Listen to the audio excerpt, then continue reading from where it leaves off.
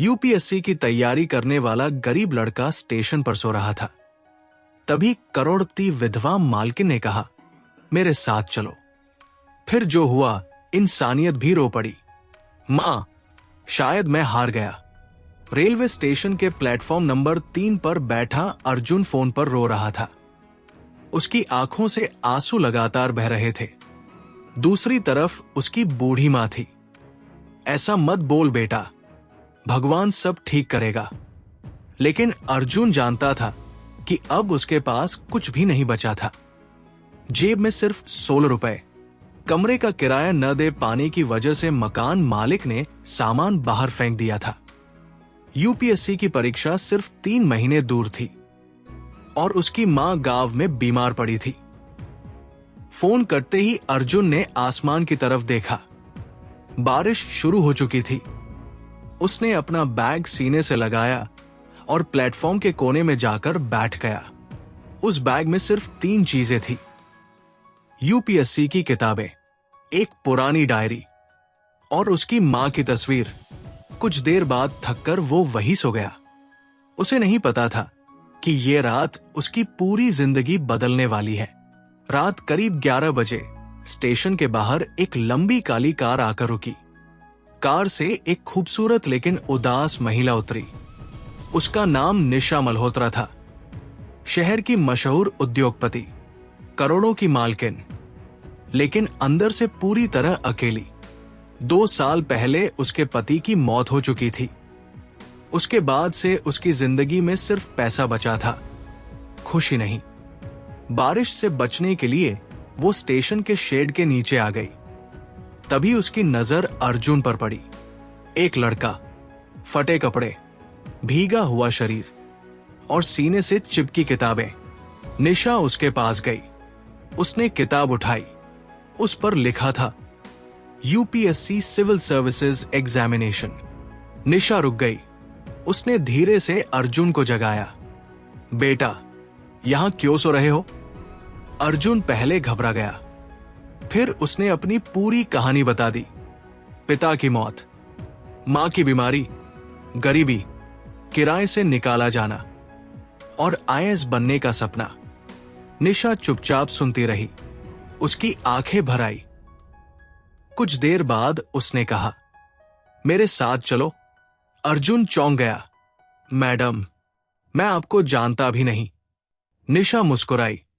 कभी कभी भगवान अजनबियों के रूप में मदद भेजते हैं। अर्जुन के पास कोई और रास्ता नहीं था। वो उसके साथ चला गया।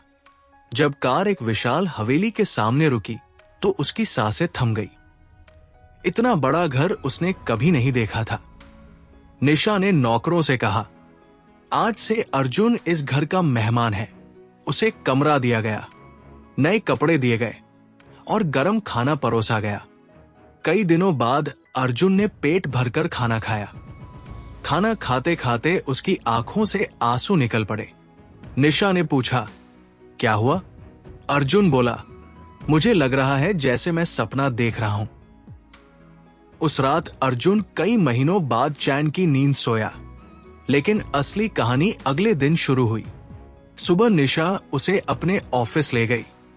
वहां उसने कहा, मैं तुम्हारी पढ़ाई का पूरा खर्च उठाऊंगी। अर्जुन हैरान रह गया। लेकिन क्यों? निशा कुछ सेकंड चुप रही। फिर बोली, क्योंकि कई साल पहले मेरा एक छोटा भाई था। उसका सपना भी आईएएस बनने का था, लेकिन गरीबी और बीमारी ने उसे मुझसे छीन लिया। जब मैंने तुम्हें स्टेशन पर देखा, मुझे उसी की याद आ गई। अर्जुन की आंखें भर आई। उस दिन से उसकी जिंदगी बदल गई। उसका दाखिला शहर के सबसे अच्छे यूपीएससी संस्थान में करा दिया गया। अब वो दिन रात पढ़ाई करने लगा। लेकिन हर सफलता के रास्ते में कुछ लोग बाधा बनकर आते हैं। निशा का देवर विक्रम ऐसा ही आदमी था। लालची, चालाक और स्वार्थी। उसे लगता था कि निशा की सारी संपत्ति एक दिन उसकी हो जाएगी। लेकिन अर्जुन के आने के बाद उसका सपना टूटने लगा। एक दिन उसने पूरे परिवार के सामने कहा, ये लड़का सीधा नहीं है, ये यहां पैसे के लिए आया है।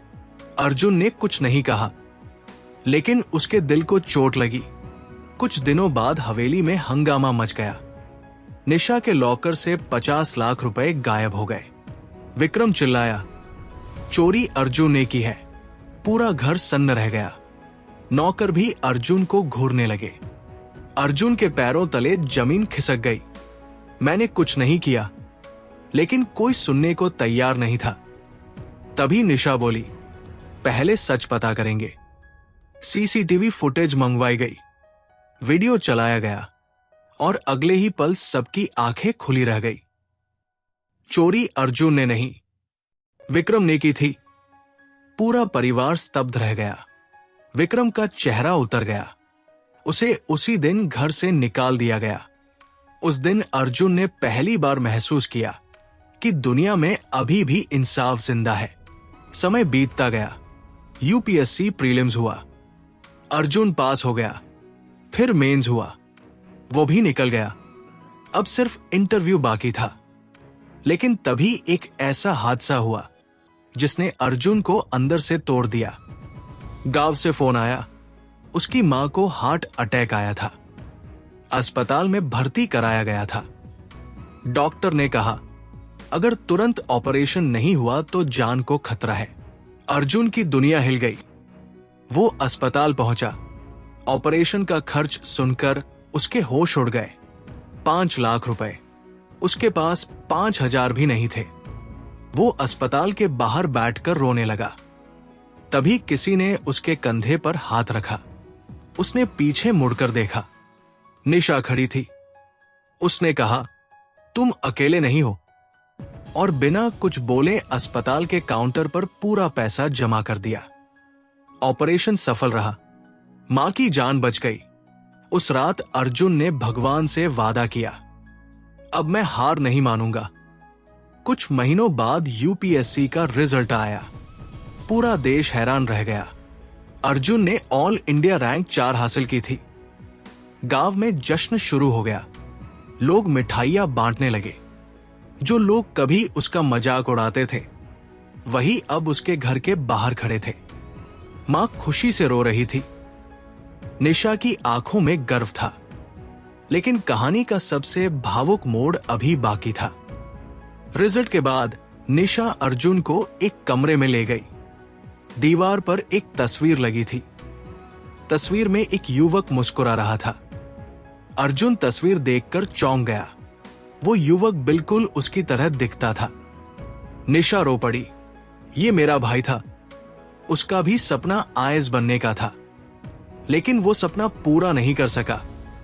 जब मैंने तुम्हें स्टेशन पर देखा था, मुझे लगा भगवान ने उसे वापस भेज दिया है। अर्जुन की आंखों से आंसू बहने लगे। उसने पहली बार निशा को दीदी कहकर पुकारा। निशा फूट फूट कर रो पड़ी। कुछ साल बाद अर्जुन जिला अधिकारी बन गया। लेकिन उसने अपने संघर्ष नहीं भूले। उसने गांव में लाइब्रेरी बनवाई। गरीब छात्रों के लिए मुफ्त कोचिंग शुरू की। सैकड़ों बच्चों की फीस भरवाई। फिर एक दिन वो उसी रेलवे स्टेशन पहुंचा जहां कभी भूखा सोया था। वो कुछ देर तक उसी जगह खड़ा रहा। आंखों में आंसू आ गए। तभी उसने देखा, एक गरीब लड़का किताबों को सीने से लगाकर उसी प्लेटफॉर्म पर सो रहा था। बिल्कुल वैसे ही जैसे कभी वो सोया था। अर्जुन धीरे धीरे उसके पास गया। लड़का डरकर उठ बैठा। अर्जुन मुस्कुराया और वही शब्द बोले जिन्होंने उसकी जिंदगी बदल दी थी। बेटा, मेरे साथ चलो। लड़के की आंखें फैल गई। अर्जुन आसमान की तरफ देखने लगा, मानो ऊपर बैठा भगवान मुस्कुरा रहा हो। कुछ महीनों बाद उसी स्टेशन के पास गरीब छात्रों के लिए एक विशाल छात्रावास और पुस्तकालय बनाया गया। उद्घाटन के दिन हजारों लोग मौजूद थे। मुख्य अतिथि थी निशा दीदी। मंच पर अर्जुन ने कहा, उस रात अगर एक अजनबी महिला ने मेरा हाथ न थामा होता तो मैं आज यहां नहीं होता। पूरा मैदान तालियों से गूंज उठा।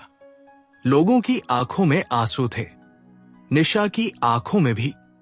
और उस दिन हर किसी ने समझ लिया, दुनिया की सबसे बड़ी दौलत पैसा नहीं, इंसानियत है।